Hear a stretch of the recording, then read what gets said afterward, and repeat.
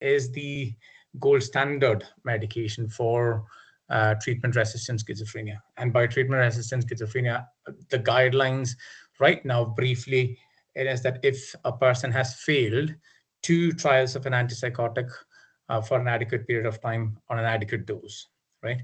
And there is persistence of symptoms. That is the easiest way to kind of remember.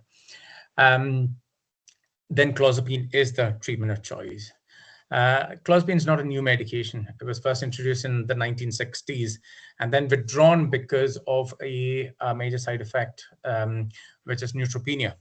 The white blood cell counts go down, and people are more prone for infections and things. So that was actually withdrawn, and then there was a landmark trial around 1975.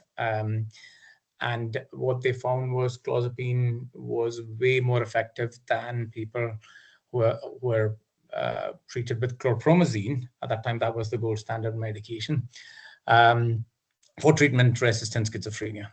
Okay, and that is what we know even now. Clozapine is the medication that actually works for treatment-resistant schizophrenia, and not just for psychotic symptoms, by the way. Independent of the psychotic symptoms. So patients with schizophrenia, as you'll know, will have positive symptoms, which are delusions and hallucinations, and negative symptoms and disorganization symptoms generally. These are the main domains. But a lot of the people who are present in my clinic, they have some residual symptoms still, right? But they have way lower relapse and hospitalization rates. It decreases all-cause mortality.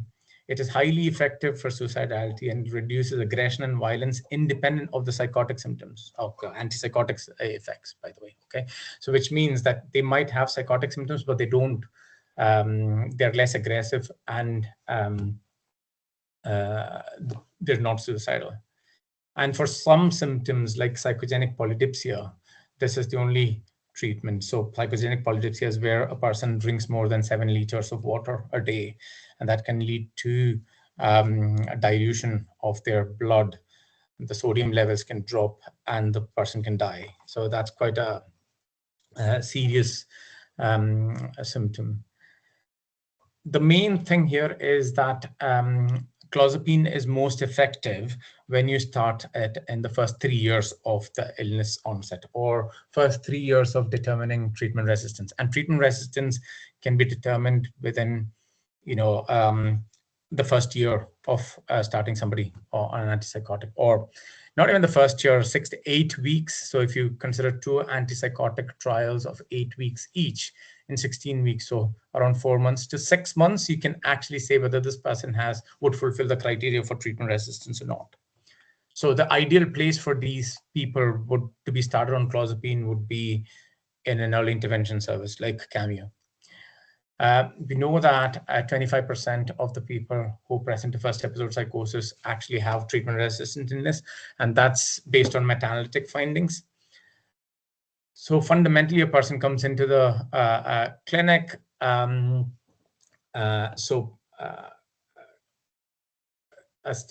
of these people who have treatment resistance, they're treatment resistant from the very beginning. Okay, which means 80% of the treatment resistant people are treatment resistant to start off with. The other medications don't work for them. Yeah. If anyone has any doubts, just ask me, or we can clarify all this in the end. So in terms of response to medications, 60% of the patients actually respond to the first line treatment, anybody who comes in with a first episode psychosis, right? And out of them who don't respond to the first line, around 30% would actually respond to a second line treatment, right? But then the option is to kind of switch over to clozapine. And that was the old view. Now, this year, there's another trial which came in saying that even after the first trial, the first non-response trial, you completely switch the patient over to clozapine, and it's much better. So for example, this trial, which was published early in March 2026, fairly large trial, they found that after first trial of antipsychotic, if the patient has not responded to it, switch over to clozapine, that will lead to around 62.5%. 60% of the people actually respond, compared to if you switch over to another antipsychotic like olanzapine, there's only 31% actually respond to that. So almost twice the efficacy for clozapine. And clozapine is associated with way lower discontinuation, and it actually reduces the risk of second relapse. So ideally, an ideal place for somebody to start clozapine would be in the first episode psychosis team, an early intervention psychosis team. But what we know is, like I said, around 25% of the people actually have treatment-resistant psychosis, but only around 4% of the people are actually prescribed clozapine in the community. And why that is primarily, and this is particularly relevant for the East of England. East of England has the lowest prescription rates of clozapine, right, compared to the rest of the UK. Okay, so for example, in Peterborough, let's assume that 30% of the people have people with schizophrenia have treatment-resistant schizophrenia. Okay, in Peterborough, there are 220,000 people, and that's the population of Peterborough. Out of that, we have around 1,200 people who have schizophrenia, which means around 30% of that, which means around 400 people should be on clozapine, right? But when I started, there was around less than 100 people who were on clozapine, which means a significant number of people are not getting clozapine. Okay, so that's when I thought maybe we should do something about it. And why do people not start clozapine? So the first question was, what was wrong? Why are people not prescribing clozapine? And there are certain patient factors. The patient has to get bloods regularly. When you start every weekly, and then after 18 weeks, you go every 2 weeks, and then monthly after a year or so. So it is quite tedious. The monitoring is quite tedious. And there's quite a lot of stigma associated with this as well, going to the clinic regularly. That can be a problem. But fundamentally, the main barriers are clinician factors and systemic factors. So even if we do have the facilities, or even if the patients are fine to go there, clinicians are worried because we don't have enough monitoring systems in place. So clinicians are quite busy, and because, like I said, the side effects are quite significant, you need monitoring quite significant monitoring during the first 4 weeks. And clozapine, we just can't start them on a high dose straight away. We need to kind of titrate gradually. So for example, we start at 6.25 milligrams, and then daily there is a dose escalation to up to 300 milligrams. Okay, so you can 6.25 and then 12.5. So it goes very slowly. So for a clinician to actually take time to kind of do, monitor all the doses and change the prescriptions, look for myocarditis. So this has, like I said, the clozapine has several types. One of them is neutropenia. The other is myocarditis. So it can affect your heart muscles. You're more prone to develop pneumonia. So this medication is quite a significant. It's a medication which has quite a lot of side effects, which requires quite a lot of monitoring. Okay, so clinicians are scared of starting the patient on clozapine, and that's what we call clozophobia. It's actually the clinicians who are scared of clozapine because of the potential side effects and what can happen.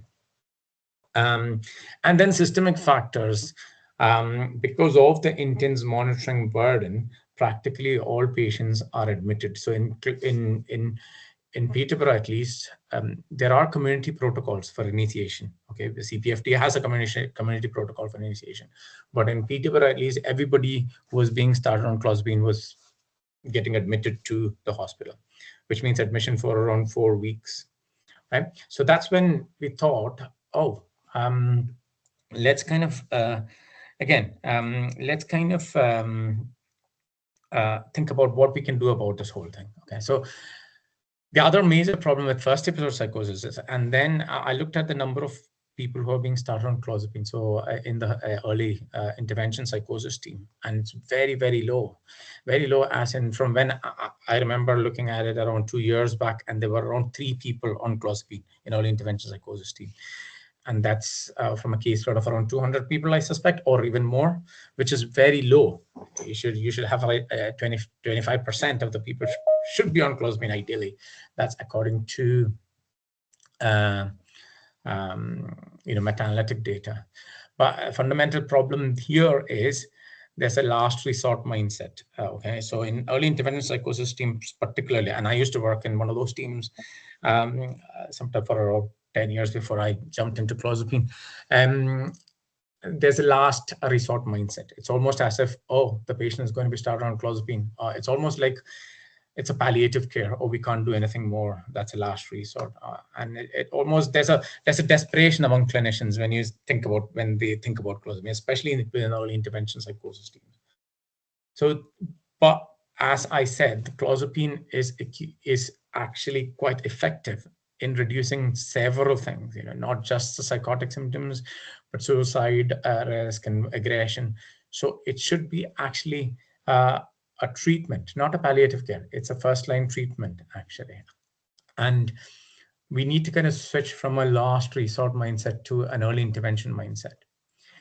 And there is a biological reason for this. A lot of the people who come with schizophrenia who respond to first episode, the first trial of medication, have a very different pathology. At least that's what the literature suggests. They have a very different pathology. So there's no point in us giving the same medication or same type of medication again and again. Okay, so olanzapine, amisulpride, etc., they predominantly work on the dopaminergic system. Clozapine does not. Clozapine works on a completely different system. So imagine I have an illness which is not responding to imagine I have a blood pressure, high blood pressure, hypertension, which is not responding to a beta blocker. There is no point in me then trying propranolol, then bisoprolol, different types of beta blocker. It does not make any sense. It's like that. So we do need to kind of change over, or we need to kind of think about other medications like clozapine.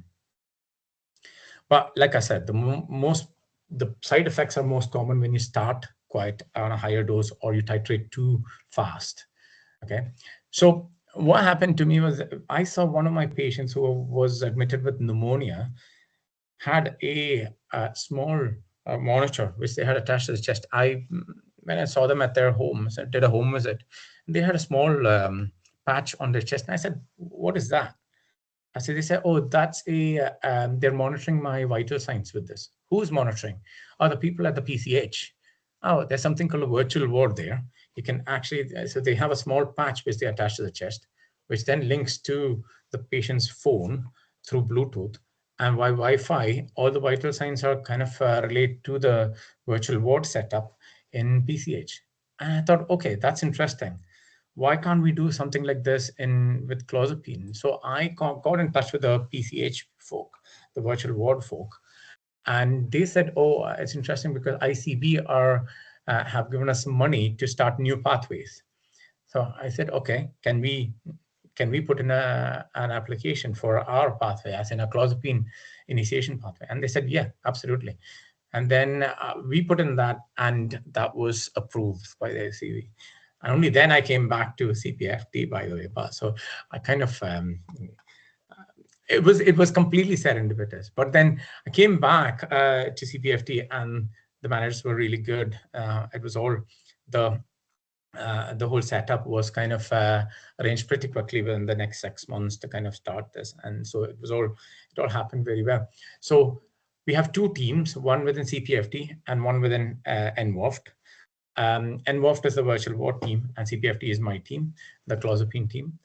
We onboard the patient to the virtual ward setting. So if anybody in CPFT in Peterborough, Bolt, and currently Cameo, anybody who is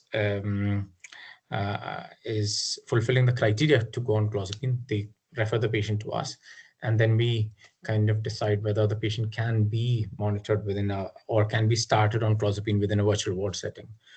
And they look after the side effects, and if there's any clinical emergency in terms of physical health, they escalate it through their pathways. So because it's a virtual ward within the PCH, it's almost as if they're already an inpatient there, except they don't have to be in the hospital, right? So They also look for side effects, etc. And they are open from 7 o'clock till 7 o'clock in the evening, 7 days a week. And it's manned by a physical health nurse. And there is a ward review with a registrar or a consultant, a physical health registrar or consultant, who goes through the patient's details. And we can attend as well. The patient's consultant, myself, or Claire Saunders, who's the clozapine nurse there, we attend the virtual ward meetings every afternoon as well, and we discuss the patient. So this is the patch which they attach on the chest, yeah, and that relays the information to the virtual ward, and they have a screen on which the patient's ECG, pulse, blood pressure, SpO2, all news 2 items are visible to them real time. Okay. And they can also do video call check-ins with the patient if there's any concerns. They will arrange for the patient to come into the A&E if there's any concerns. And because they already know the patient is admitted to the PCH, so the pathway is very easy. So we've, over the last year, we've started around 8 people on clozapine, which is 8 more than never, 8 more than none. And obviously people ask, like, okay, the patient is still psychotic. Can we actually take the patient on the virtual ward? Obviously the patient will need, there are certain criteria that need to be met in that. The patient is extremely violent or aggressive, we can't take the patient on the virtual ward. The patient has to be admitted. Wherever the patient, we can't kind of monitor the risk in the community. Yeah, the patient has to be admitted in the ward. That has to happen. Obviously, the patient will need a mobile phone and connectivity, and that's one of the main problems, but which is fine now because they also give a tablet and all those kind of stuff. So the virtual ward also has tablets which they can kind of lease out basically. And if there's any significant history of physical health problems which they will not monitor in the community, okay, then it's a no-no. But the virtual ward in PCH already monitors people with heart failure, frailty, post-operative patients. They're all early discharged from the PCH with support from the virtual ward. We have a standard operational procedure, a protocol, which we have implemented within CPFT. And for every side effects, there is an SOP as well, what exactly needs to be done. So the people at the virtual ward know, and we know as well. And during weekends, because they are open all the time, but psychiatry is not open, we have the crisis team who looks after the patient in terms of mental health over the weekend as well. I see there is a potential scalability because I'm using it primarily for physical health. This has a potential to be expanded to eating disorders or learning disabled people or older persons unit. And even in expanded to research units for trials and things, rather than the patient actually coming into the trials unit, we can actually use these setup to kind of monitor patients in the community. It aligns very well with the new the 10-year plan, basically. Hospital to community, analog to digital, and sickness to prevention. I'm not going to go into any of these, and also with neighborhood mental health, because it's a liaison between the physical health and the mental health trusts. They've been very, the involved folk have been very, very cooperative with this, and they're very encouraging, basically. And we are trying to kind of develop easier stuff, easier ways of monitoring without a lot of the trusts, for us, it's very good. But a lot of the trusts, for example, in Newcastle and places, they've approached me to kind of develop this, but they find it extremely difficult, the liaison between the mental health trust and the acute trust. So we're trying to kind of see if we can actually have independent monitoring just using wearables where we don't need this major setups, basically. I'll stop there because I know I've kind of gone beyond quite a lot of time. I want people to kind of ask me questions, so I think that might be easier. Sorry. Thank you, Rajiv. Luckily, KJ is with us now to chair. Thanks, KJ.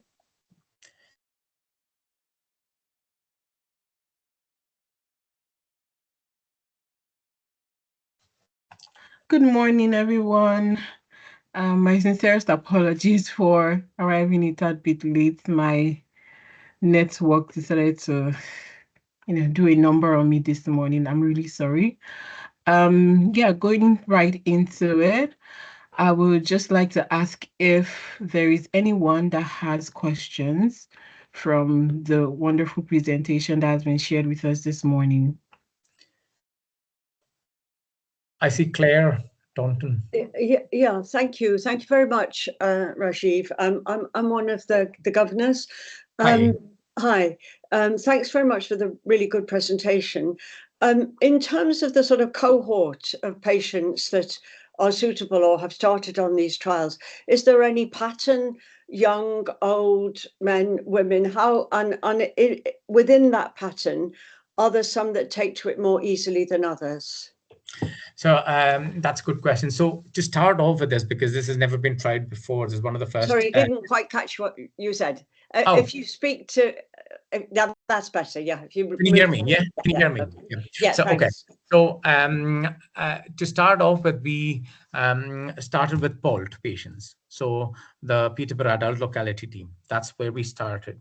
Yeah. And the 8 people we have started are from there. A lot of the people are from, so I think at least 4 people who we started are from either Pakistani background or Black African background, which is quite interesting, which is kind of representative in Peterborough, I think. And we have just started recruiting or getting people from the Cameo. They're the young folk, the early intervention psychosis team, which is the first episode psychosis team. We've had 4 referrals from there, and they're waiting to be. There's a bit of convincing to take in terms of these patients. There's this, like I said, people are quite reluctant to go on clozapine because of the number of times they have to come into the clinic for the bloods, etc. So, but we are getting more patients, young patients being referred. But it's also a shift in the clinicians' attitude towards clozapine. That is taking quite some time. But we have got 4 patients waiting, which is great. So young folk. But the other people, the 8 people who we have already commenced are slightly older people. Well, when I say older people, they're still in the adult working age group, but not necessarily in the first episode of psychosis, if that makes sense. Okay, thank you. Thank you so much. I can see Raj raising his hand. Can you ask your question? Hi, mine was similar to Claire's. What is the average age of the patients? But I think you've answered it more or less. The other question I have is, you mentioned in your presentation that both clinicians and the patients were concerned with the side effects of cyclopine. Is there anything being done regarding, because obviously you want the take-up to be 400 compared to 105. And in order to get the take-up higher, there is obviously the question mark over how do the patients and the clinicians be educated so that they can understand what's going on. Yeah, so I think the fundamental barrier there was the ability to kind of monitor the side effects. So either for patients, first of all, if you tell them, listen, you need to come into the hospital for 4 weeks to be started on this medication, none of them want that.